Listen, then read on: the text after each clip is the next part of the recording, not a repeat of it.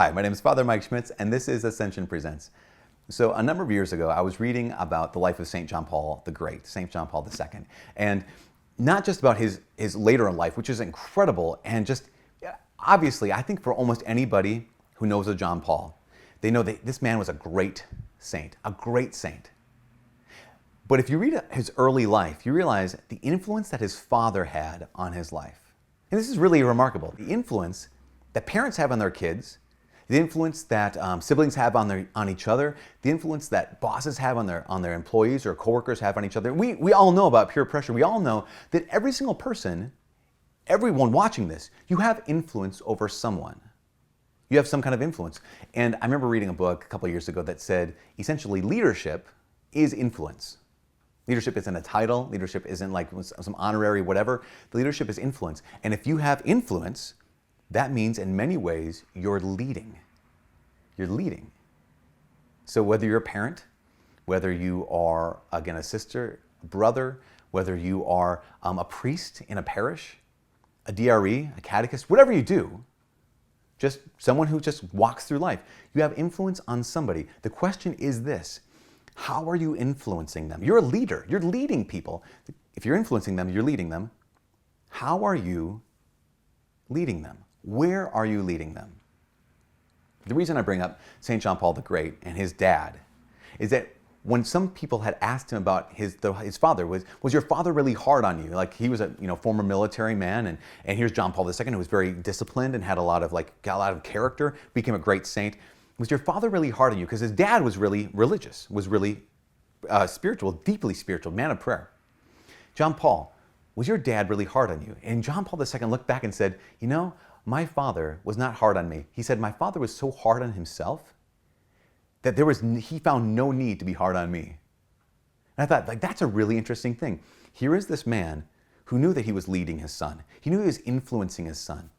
But rather than exerting that control over his son, what he did was he modeled to his son. He modeled to his son, this is what a man looks like. This is what a man of God looks like. Imagine if John Paul's mom had been alive. She would have modeled to her son, here's what a woman of God looks like. Here's how a woman of God lives. The reality, of course, everyone has influence. You're modeling something. I want my parishioners, I want my students to become great saints. Imagine if you're a parent, you want your children to become great saints. You don't just want them to be nice people. You don't just want them to, pay their taxes on time and stay out of trouble. You want them to be great saints. And here's the question we have to ask. If you're the leader, if you're the one who has influence, you're the prototype. You're the model for them.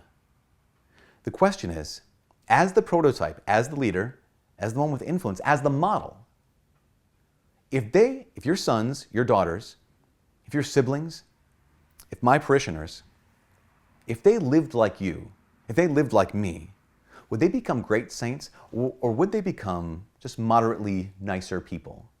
Would they become great saints in the church who did incredible things for the Lord? Or would they just become kind of mediocre Christians?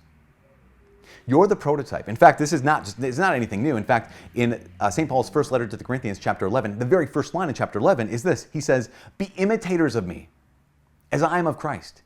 Because St. Paul is pursuing Jesus, who is the, capital T, P, capital prototype, prototype, you know what I'm saying? He's the prototype. Jesus is the prototype. So Paul's like, listen, I'm going to imitate Christ. And I'm imitating Christ so passionately, so powerfully, so focused that I'm the prototype for you.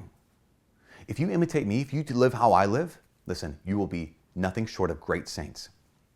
Here's a little mini examination of conscience. For all the people that you love, all the people that you lead, all the people you have influence over, you are the prototype. If they lived like you, would they become great saints? If not, what's one way that you can kind of elevate yourself? What's one way that you can strive after the prototype, Jesus Christ? That if others imitated you in your prayer, others imitated you in how you speak, if others imitated you in your love for the poor, your love for the people around you, that they would become great saints. What's one way in your life that you realize, man, if people prayed the amount of prayer I did, they might know God a little bit better, but they wouldn't become great saints? Well, I guess, if people love the poor the way I do, they'd do some nice charity around, but they wouldn't become great saints. Yeah, if people were willing to serve their spouses the way I do, it'd be nice. They have some nicer relationships, but they wouldn't become great saints. Jesus is the model. And today, you are the prototype. Live like it.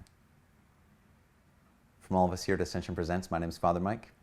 God bless.